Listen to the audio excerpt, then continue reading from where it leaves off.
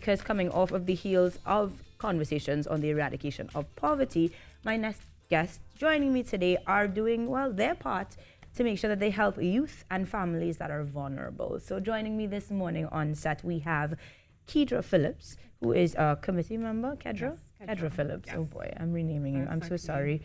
And Raymond O'Keefe.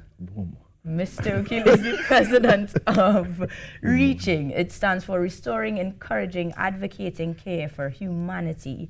So it does exactly what we need to do today, World Eradication of Poverty Day. So you guys, how are you this morning? I'm good. Good morning to you and all those who are listening and viewing. Right. Yeah, I'm good. I'm nervous, but I'm good. You're nervous? No need to be nervous. You guys are talking about things that you do continuously. Yes. So if we were to get a little bit of, well, insight on the organization itself, Raymond, how would we start? Well, we start in terms of R.E.A.C.H. R.E.A.C.H. started out of working with inmates in prison. Oh, wow. And we recognize that there's a controlled environment, and we thought about what about if we reach them before they reach in prison, and what about the children of those who are incarcerated? Who's really reaching out to them? Right. And then we look at the aspect of the victims, and we look at some, out of research, we recognize some perpetrators, they are children of victims. So we wanted to sort of break that cycle and play our part, because as I say, we're not the super organization. We are the only organization, but we believe that it's like a body. If every contribute, then things will be more effective and more efficient. Yeah. I like that approach, and although you say you're not a super body, you are doing some super things, because you guys provide motivational sessions, training, peer counseling, and of course making use of sports and other entities as avenues to create these opportunities. So that is pretty super though. Yeah, but only, that's what I'm saying here. Fair, touche. Now, particularly coming up, we have an actual event that you guys are going to be hosting. Yes. So Kedra, I'd ask you to tell me a little bit more about it. Okay, so basically it's our Victim to Victors luncheon, we call it.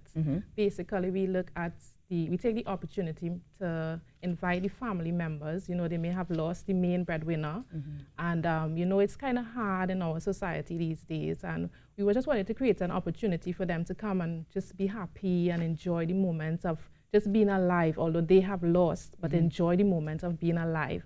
And we also want to, you know, take the opportunity also to provide to them, you know, that we are there to support. You know, they may not have a family member right beside them, but we are there as a group to support them in this time of their loss. And that is so beautiful and so necessary. Yes. We oftentimes don't underscore enough the need for that camaraderie and that support. And how far it can take you, actually. So this is happening on the 15th of December. 1 to 5, and it's at the Woodbrook Youth Facility in Port Spain. Now, a key factor is that it's free. It's free. Yes, it's free, but based on invitation. Okay. It is designed for families who would have lost a loved one via murder, not just somebody who passed away, because if we do that, that's the savannah, right? And beyond. So it's designed for them, and as Kedra said on that day, we want it to be fun. We want some motivation. We will have motivational sessions. We want every family that has been invited to leave with a hamper, and we want to provide toys for all the children. Because Christmas is very sentimental, and this will be the very first time with that significant person will not be in their life. And we wanted to go beyond the 9 days and the 40 days wonder. And Definitely. Then nobody's there. We tend to go back about our busy business and forget people. So we want to also always create a space for people to come together. So they have a time and an opportunity to share. So people will be sharing their experiences. We are professional counselors. We would provide an opportunity for people to get counseling on the day or even beyond. Thereafter. Yes. Beautiful, beautiful. Now, if as a regular member of society you wanted to contribute to this in any way, volunteer your time or become a part of, another committee member, how can we do so? Well, you can reach out to us via our Facebook page. It's R.E.A.C.H. and Incorporated, also on IG. R.E.A.C.H. in 2000, or you can call 778-1811. 778-1811. And as much as everybody is going to be willing to volunteer, could you describe to us what would be some of the activities that we can engage in as a volunteer or committee member? So basically on the particular day, we would need assistance in the areas of every possible thing, right? So we have persons on board who are already assigned to items to do. But we would be willing if people can come on board and just be there as a support. Your physical support is very important, just being there in person, you know, to just embody that everything that's happening. We would have, you know, the registration aspect of it, so we would probably need persons to assist in that area.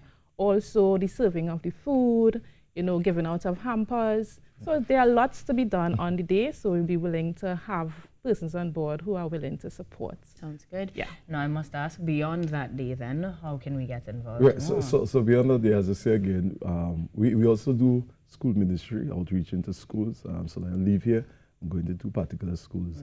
And those kind of critical intervention. We come up with real creative ways. So we have something called Fight the Thief. Has to deal with consequences and rewards. So consequences for negative thoughts which resolve in negative behavior, but rewards for your positive thoughts that resolve in positive behavior. That speaks about social grace and respect and manners, and helping you to define your gifting, find it, and develop it, and find a space for it. Again, the Sports, the Family Day, those type of community engagement. Recently, last year we started something in Silas called Your Fit. And so we're working with a group of young people, about 25 to 30 of them, and it's all about giving them that opportunity to develop themselves and find their fit in society, because we're all created to fit. Right? Whether being trained at the bigger or beyond. So that's some of the things that we do. And just now the movie come and all. So they're looking for certain things, you know. You guys sound like a tremendous, an incredible bunch, but you must have support, I imagine, or I'd hope, from corporate Trinidad and Tobago, perhaps. Yeah, that's what we're here also to ask them to continue to support the cause and to contribute to especially the creation of the hamper. So that people can, we want a sumptuous hamper. I'll tell you the truth. We don't want a 5-item. You know, it's Christmas, so it's going to be a long period, and we want to know that the people, the family, they have food. The kids have a good toy. You know, we have Christmas and beyond. Christmas clothes and stuff, but please. It's not sprinkling, you know, get the garbage out. So please, you know, give what you will wear and what you will accept. Absolutely. Yes. Do unto others as you would have them do unto you. That's correct. Yeah? Yes. So I'd like to say thank you very much to Raymond and Kedra for joining me this morning and bringing me some hope as to what we as citizens are doing to make sure we make our brothers and sisters better off as well.